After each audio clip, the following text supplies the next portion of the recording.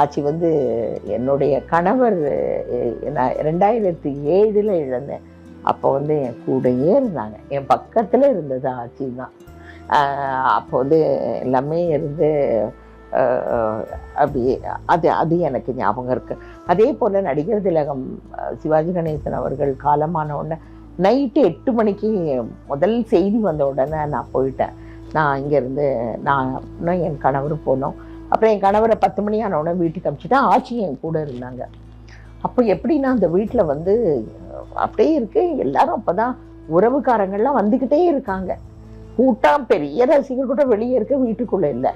அப்போ ஆச்சி என்கிட்ட சொன்னாங்க, ஐயோ இவ்வளோ பெரிய வீட்டில் இந்த பெரிய மனுஷன் போயிட்டான், அப்போ தான் உறவுக்காரங்கெல்லாம் வராங்க, பிள்ளைங்கள்லாம் ஒவ்வொரு இடத்துல இருக்குது, நம்ம இங்கேயே இருக்கலாம், இன்னைக்கு ராத்திரி நம்ம நாளைக்கு போகலாம், நம்மளும் வீட்டை இப்படி விட்டுட்டு போகக்கூடாதுன்னு சொன்னாங்க அன்னைக்கு. அப்போ நாங்கள் இரவு அந்த இடத்துல நான் ஆட்சியோடு அன்னைக்கு அங்கே நடிகர் திலகம் வீட்டில் இன்னைக்கு ராத்திரி நான் இருந்தேன்.